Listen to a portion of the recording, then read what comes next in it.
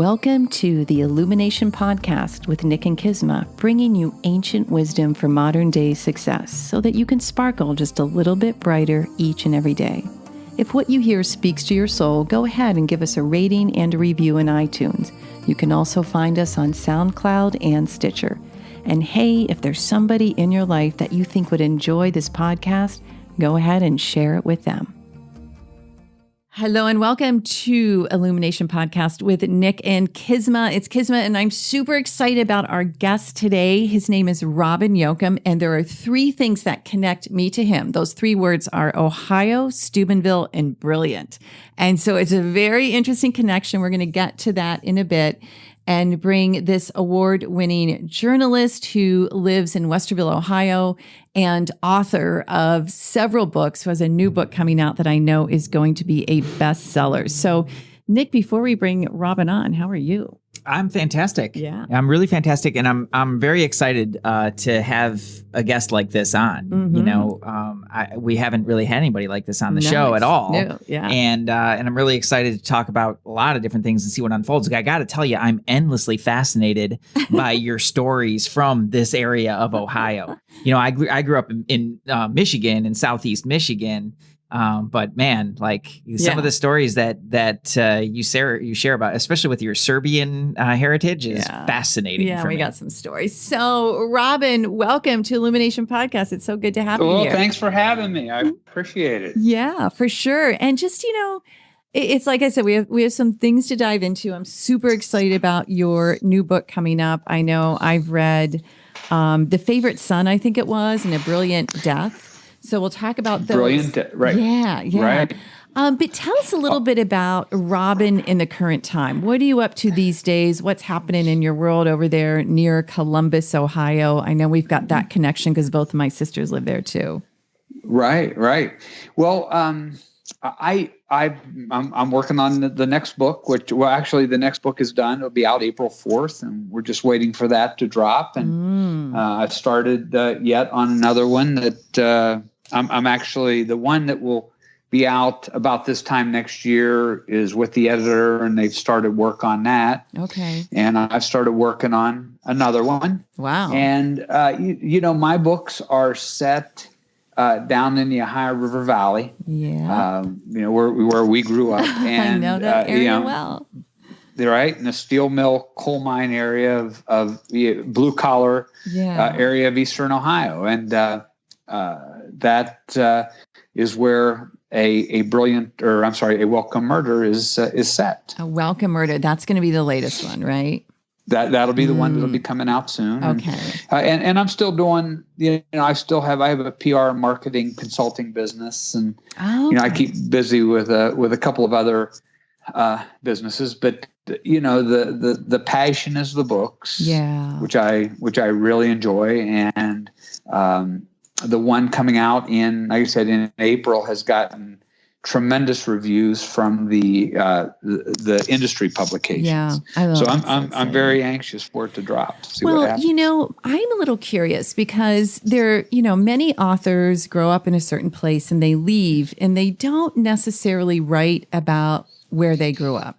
Now, you and I understand that there's something, at least I feel, there was something a little different about growing up in this Ohio Valley. You were born in Steubenville, and at what age did you move to Brilliant, which is downriver, right?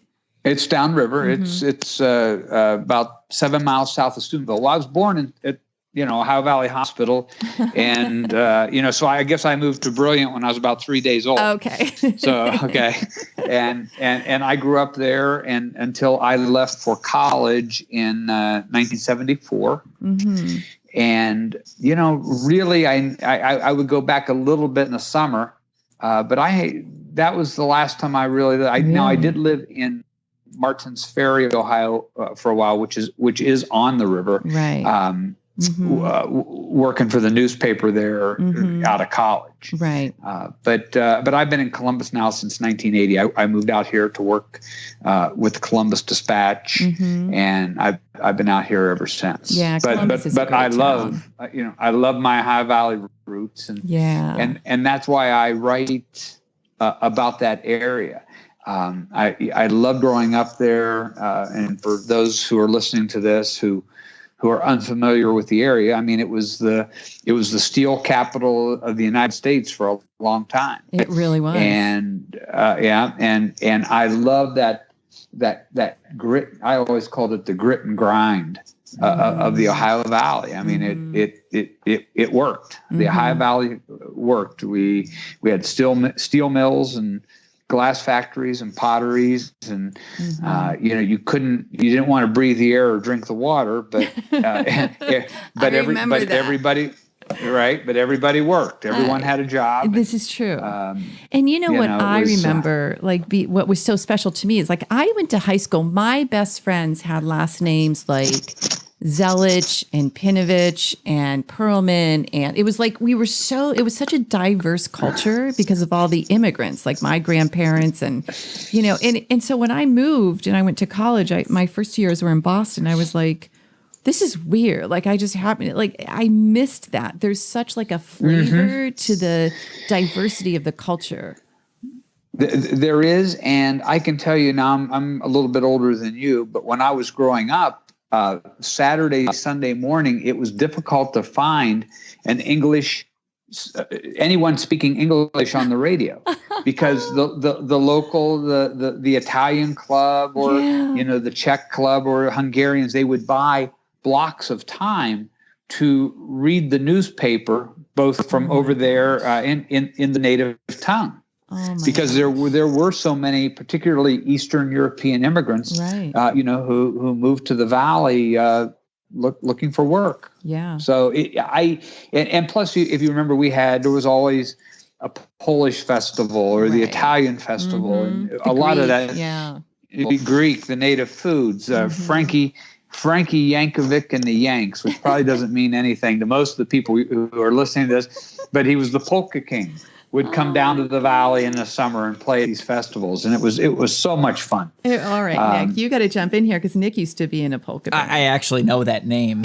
Okay, very good. I was a trumpet player, and when I had quit, I had a day job working with the Detroit Symphony for many years, and when I quit it, I was like, man, I need to hustle some more work, and so I started playing with a Polish polka band.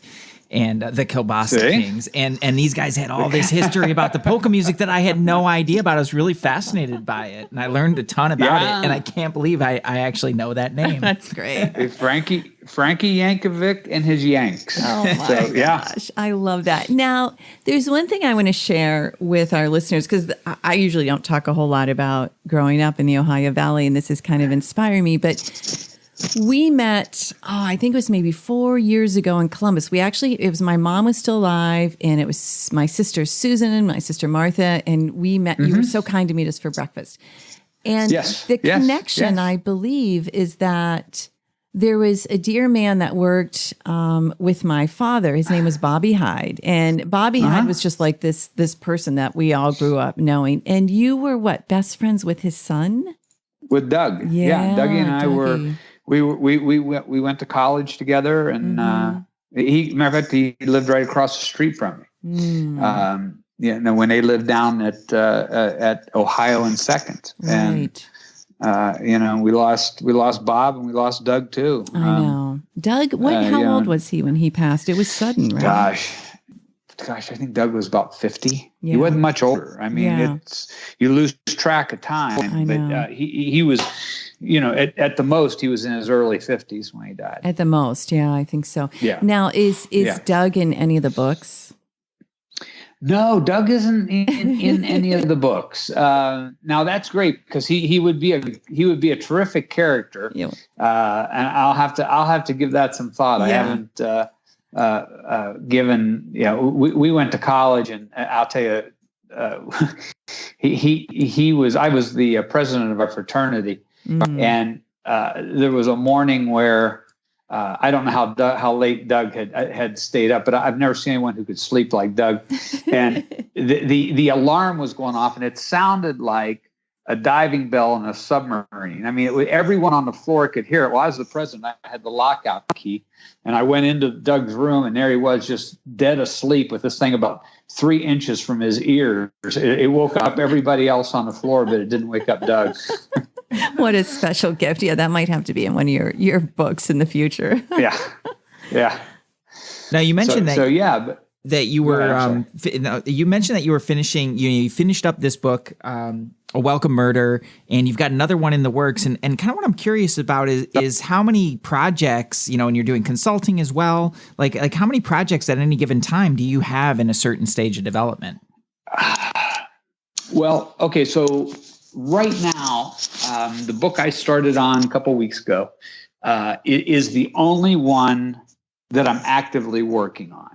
And I try, when I'm working on a book, I don't get into more than one at a time.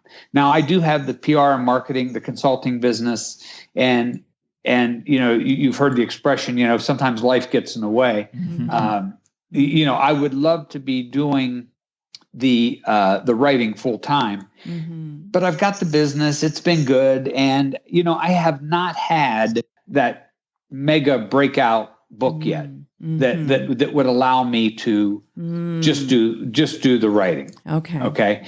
I'm hoping that happens. Maybe this will be the one. Yeah. The books have done very well, but not to the point where I think I'm comfortable in saying, I don't need anything else. I'll just sit back with this. So, but I do, I've always got something in the works, some kind of project that usually a book. And I might take time out in the middle of a book to write a short story or two. But primarily, my primary focus as far as writing is concerned is the book I have at hand. Yeah. And the reason is I like to give all my you only have so much creative energy to expend in a day, and I like for that to all be focused on the project at hand. Yeah, I can totally see that. So, is there a certain time of day that you like to write? No, not particularly. Now, again, if I didn't have the PR, the marketing, I would get up and I would get cranking. Right. But you have clients. But right now, right. And you know what? In all honesty, I feel like I have plenty of time to write and create, even in spite of the PR and marketing business. And I'll take advantage. I spend a lot of time in the car. And I'll use my voice to text app on my phone. Oh, that's cool. To dictate story or ideas to myself, and then email them back to me. So they're there when I get home, and I can take. The important thing is to capture the idea when it's fresh. We've all gone to bed and thought, oh gosh, I got to do this in the morning, or I want to remember this. And then you get up in the morning and there's no idea what it is. So I want to make sure that I capture those ideas when they're fresh. And, but I guess to answer your original question, one project, one book at a time, and it'll take me, and it's kind of funny too, I guess, just as a little background information. I won't start on a book until I know how it ends. It's just, I'll do what I call a brain dump, which is just simply collecting information, jotting down ideas, throwing things together. But I won't actually start the writing till I've figured out how it ends. And the reason for that is I've always felt like I could draw a roadmap to get there as long as I know where there is. Yeah. If I don't know how it ends, I feel like I'm out there, just writing with no particular direction. And that doesn't work for me. Other people say it works for them, but it doesn't work for me. And once I get started, I've got the ending and most of the middle put together. I'll start writing, and it'll take anywhere from 8 months to a year to finish a book. That actually seems pretty quick to me. I'm curious, if you've got the end in mind, that makes perfect sense to me. When you look at characters, like anybody's character, is kind of a continuum of their whole life. So what I'm curious about is like, and certainly how the stories unfold, you could trace back, like everything's connected in one way or another, but like, how do you choose that starting point? Like, where do you choose to start? Well, and I usually have, and I call it a launch point. And I'll give you a couple examples. A couple years back, when I was a reporter at the Columbus Dispatch, I went down to the penitentiary at Lucasville, where our death row inmates are housed, to write a story. I was working on a series of stories, and I went down to interview a guy on death row. And before I left, they gave me a tour of the death house, and that was when we still used the electric chair. And off to the side of the death house was a little room, and in that room was a panel with a red, a green, and a white button. Red, green, and white button. Okay. Red, green, and white button. And on execution days, it was extra pay but volunteer duty. Prison guards would go in, and each of them would have a button. And when the warden gave the signal, all three would push their button, but only one of them was hooked up to the juice. So nobody knew who threw the switch. So I was always fascinated with that. Yeah. And who, and I don't mean this in a derogatory way, but who is the guy who volunteers for that duty? Weird, right? Yeah, I can't conceive that. And that's what I wanted to know. And I thought I was going to write a book, and the name of the book was going to be called The Button Man. And so, Nick, I'm trying to get back to answer your original question, which is that was the one little germ of an idea, was I'm going to write a book about this guy. And that's all I knew when I got started. And then I create the story from there. In the essay, I was going to write a book about a kid who uses football to get out of a bad home life, bad situation. But before I got started on it, I'll tell you that it's a little cliche. And that Tom Cruise did a really bad movie a couple of years ago, I think called All the Right Moves. And I didn't want to be accused of ripping off Tom Cruise.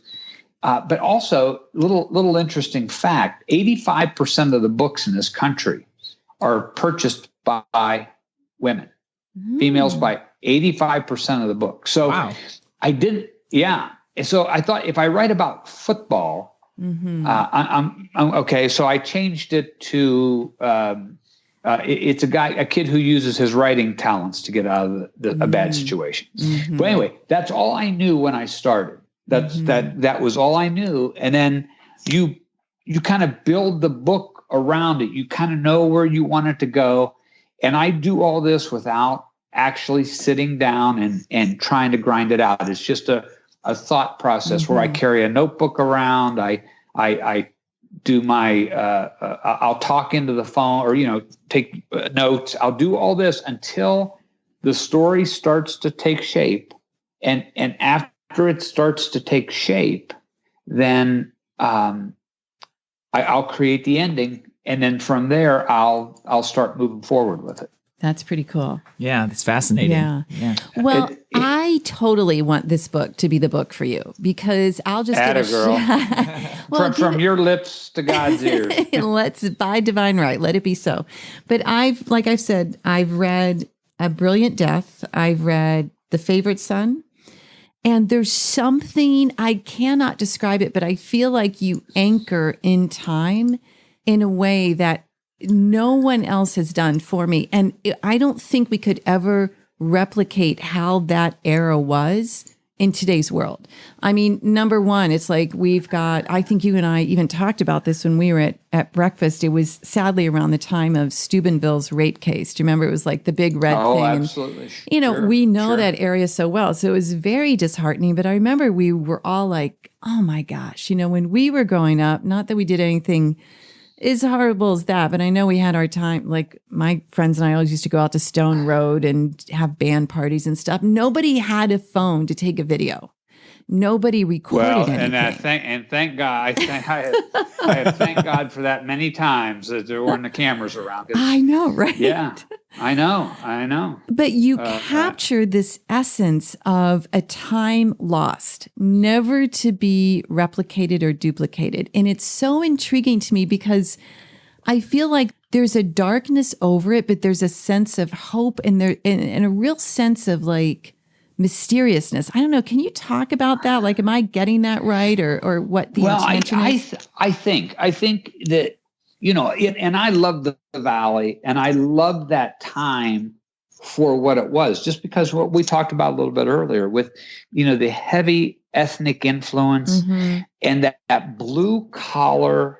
We are never, well, certainly not in our lifetimes, but we are never going to see a giant steel mill that employed 45,000 people. Again, that's true. Wheeling, between Weirton Steel and Wheeling Pittsburgh Steel, there were 60,000 steel mill jobs in the Valley. Wow. And we're never going to see that again. That era is gone. And I do very much like trying to capture that sense of time and place because I possess the knowledge. I mean, it's in my head, and I think it's a great backdrop. Yeah. From my perspective, the next book, this book that's coming out, is set in Steubenville.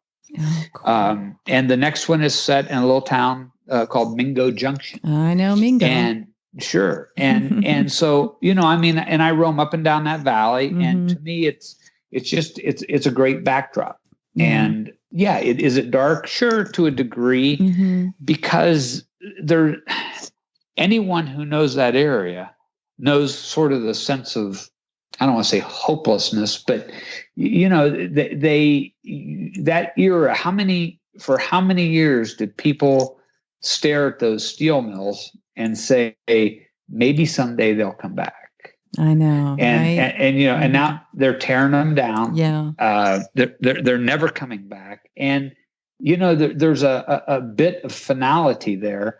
John Lennon was shot, and everyone finally came to grips with the fact the Beatles were never getting back together again. Right. And I think when they see those steel mills start to fall, there's a portion of the people who down in that valley that it's a reality that never coming back. Yeah. So I love that time.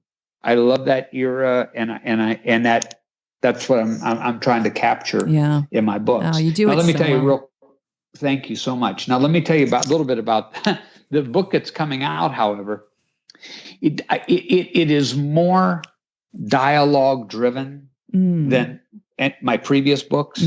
And it's told first person, but 5 different individuals take turns telling the story. Oh, cool. So a lot of times you're seeing the same event, but it's occurring, you're seeing it from different perspectives. Yeah. And the one thing I've told people about this book that sets it apart from the others is that in most of my books, you have at least one person trying to do the right thing.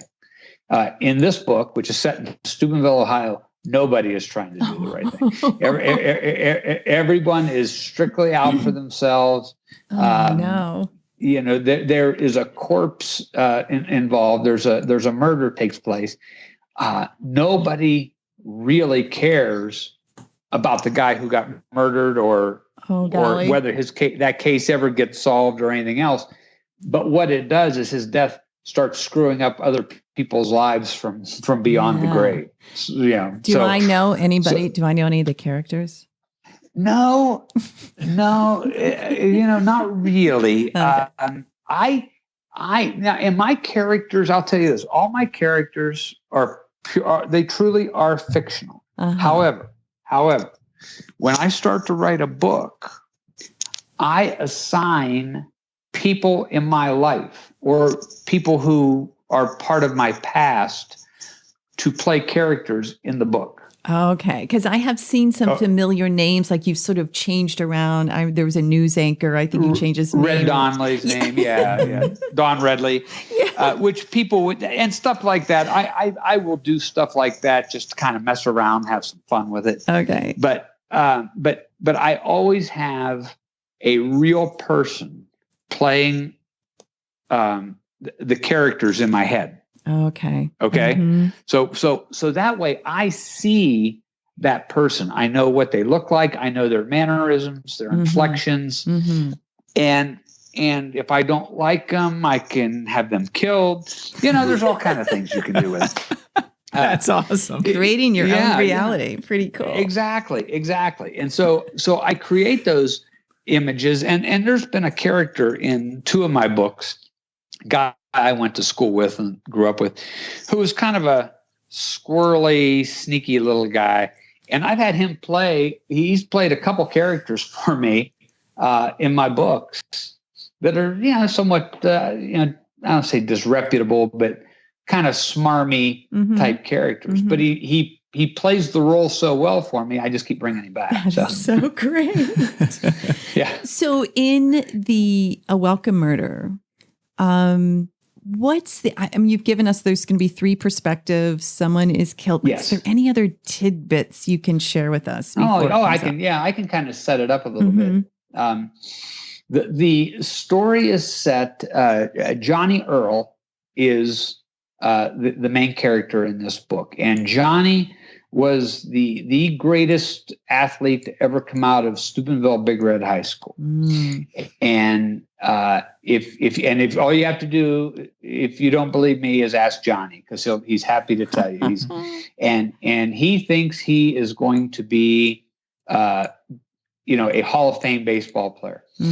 When he washes out of the minor leagues after 7 years, he goes back home disappointed himself, and everyone in town's disappointed. And he ultimately is sentenced to prison for dealing cocaine. So the story unfolds as Johnny is getting out of prison after spending 7 years in the federal penitentiary for drug dealing. And all he wants to do is go back to Steubenville, go get the drug money he hid before he went to prison, and go somewhere where nobody's ever heard of Johnny Earl and start his life over.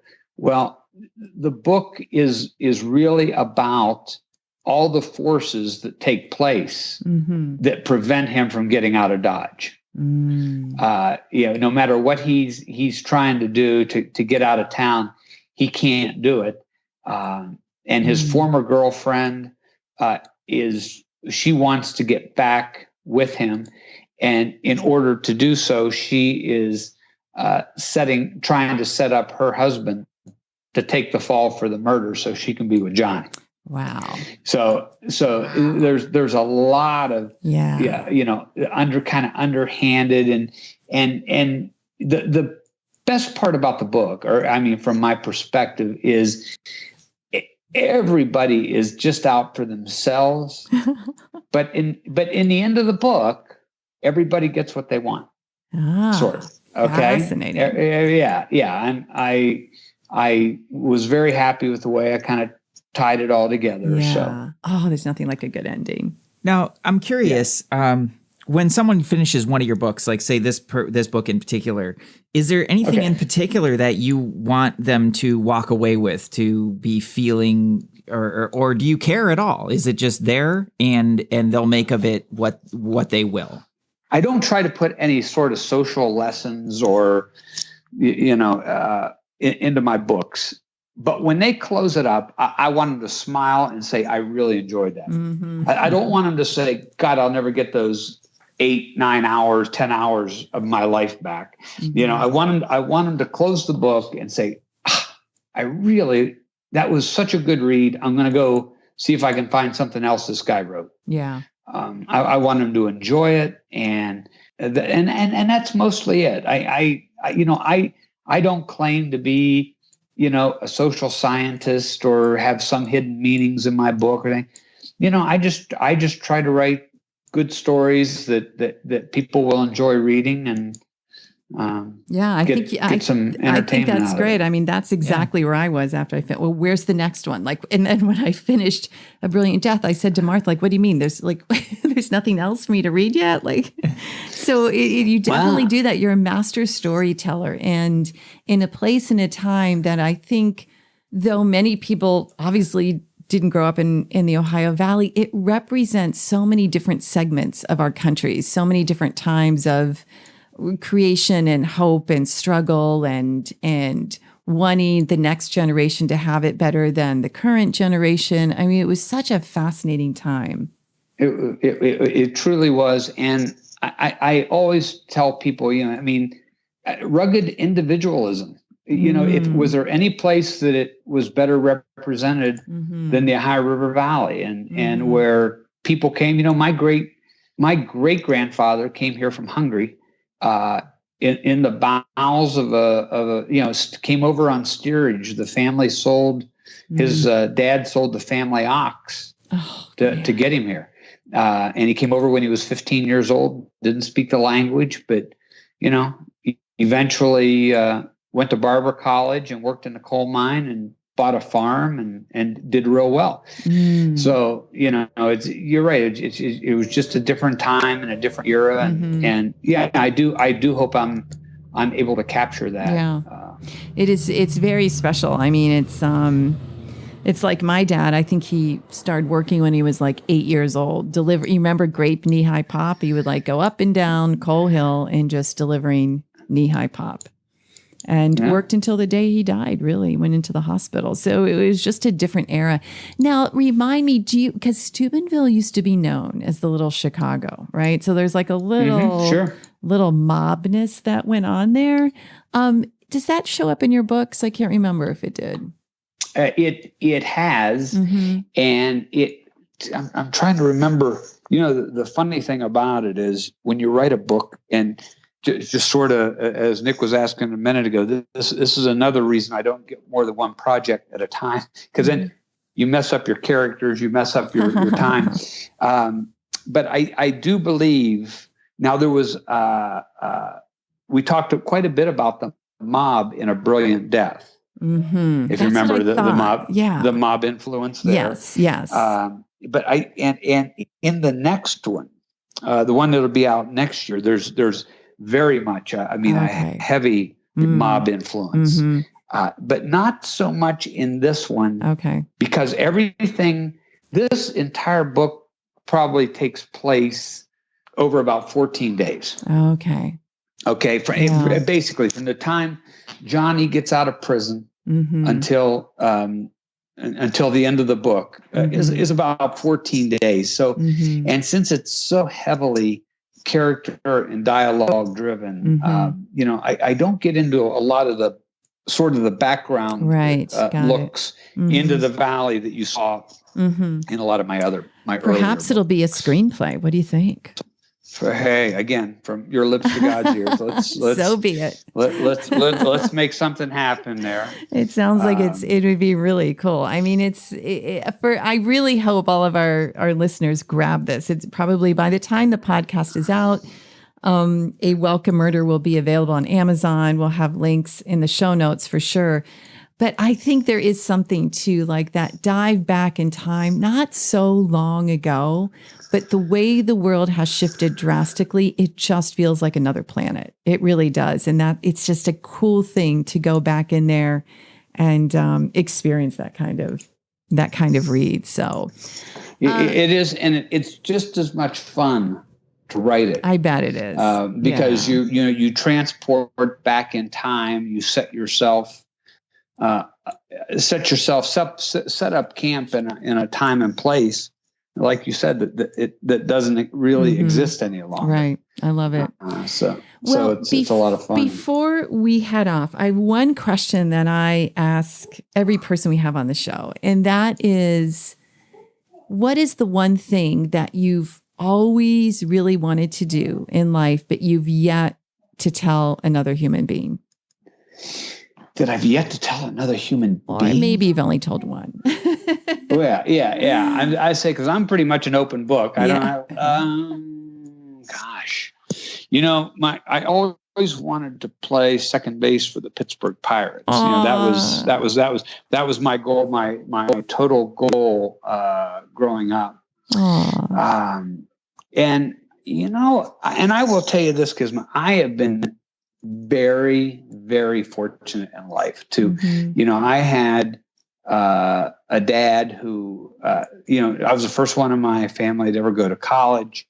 And I was very fortunate to have a dad who pushed me in that direction, who said, don't, he had me go over, I think it was my junior year, and take a tour of the steel mill. And I swear he did it just so I could see what was over there, and think, maybe I ought to make sure I get some decent grades here, because I don't want to end up here for the rest of my hard work. While that mill provided a lot of opportunities for a lot of people, I didn't want to end up there. I was always afraid. So, I've been very fortunate, and I cannot think of one thing that I want to do. I mean, I want to win a Pulitzer Prize, but but what writer doesn't? So I'll have to say that I cannot think of one thing right now that is on my bucket list. I love it. That I haven't told at least one. Or that I haven't. Like I said, cool. I've been very blessed, and I'm doing what I love to do. Yeah. That's cool. That's a life well lived. I mean, not many people can say that. So that's pretty darn cool. I didn't want to get to the end of the rope someday and think, well, why didn't I do this, or why didn't I do that? And, when I was a newspaper reporter, I'll tell you this, it might be a little insight anyway. When you're a newspaper reporter, which I was for 13 years, you're always writing about other people's deeds or misdeeds, if you're the crime reporter, other people's accomplishments. And I wanted to, in writing, being a novelist, I wanted to create something that was uniquely mine. My words, my idea, start with a blank sheet of paper and create something where there was nothing before. That's neat. And that has been my motivation. As a novelist, I want to create something that will be here when I'm gone, that I hope will withstand the test of time, and that was, I said, it was something that is uniquely my creation. Yeah, and that's been my driver all along. I love it. I love it. It's beautiful, and I think that's a great takeaway for all of your readers and all of our listeners, is to uniquely create. It's so cool. Yeah. Awesome. And it's I said I feel blessed that I'm able to do that. Right. Yeah, I love it. Well, I have been just looking forward to this interview. So thank you for being here, and for all of our listeners. Pleasure. By the time this is released, I'm pretty sure you're going to be able to click right on that Amazon and get a Welcome Murder by Robin Yocum. I guarantee it's going to be a good read. Just having gone through his books, I'm super looking forward to it. So, yay. Yeah, I can't wait for myself. And I just, from me to you, thank you so much for being a part of the show and for sharing some about your process and for a really beautiful conversation. Thank you so much for being a part of this. Yeah, totally. Oh, appreciate it. Yeah, I'm glad to do it anytime, and We'll do it again next year, maybe. Okay, that sounds awesome. And let's go screenplay, Pulitzer, all those things, all the good stuff. So be it. Yeah, right. Thanks, Robin. Thanks, everyone listening. All right. And you all have an awesome day. Namaste. Thanks, guys. Sure thing. Wow. Well, what a fun interview. That was cool. Yeah. One of the things that really struck me, I kind of wanted to, as a little epilogue here to just sort of bring it back, is he's talking about this character in A Welcome Murder and how he comes back into his life and he just wants to make a change. And all these forces keep kind of pulling him back from that. And it made me think about, when we talk about karma, the results of your actions moving forward and how difficult it can be to break some of those chains sometimes, some of those cycles. Yes, it can be. So I can't wait to see, because it sounds pretty dramatic in the book of how that unfolds. But for me, like, that was just something I kind of wanted to bring back. I think that's cool. For you and to. Well, certainly, I mean, our listeners have heard us talk about karma enough and that whole resultant effect. And I was sort of pondering that same thing. I'm like, forces. That's an interesting word. Right. Yeah. Forces, and how he thinks about that as far as, pulling him this way and that way. And it just sounds like a really fun read. I can't wait to get my hands on it. For sure. And everyone grab the link in the show notes. And you can always go to robinyocum.com for more information on him. And as always, thank you for being here. Thank you so much, everybody. Namaste.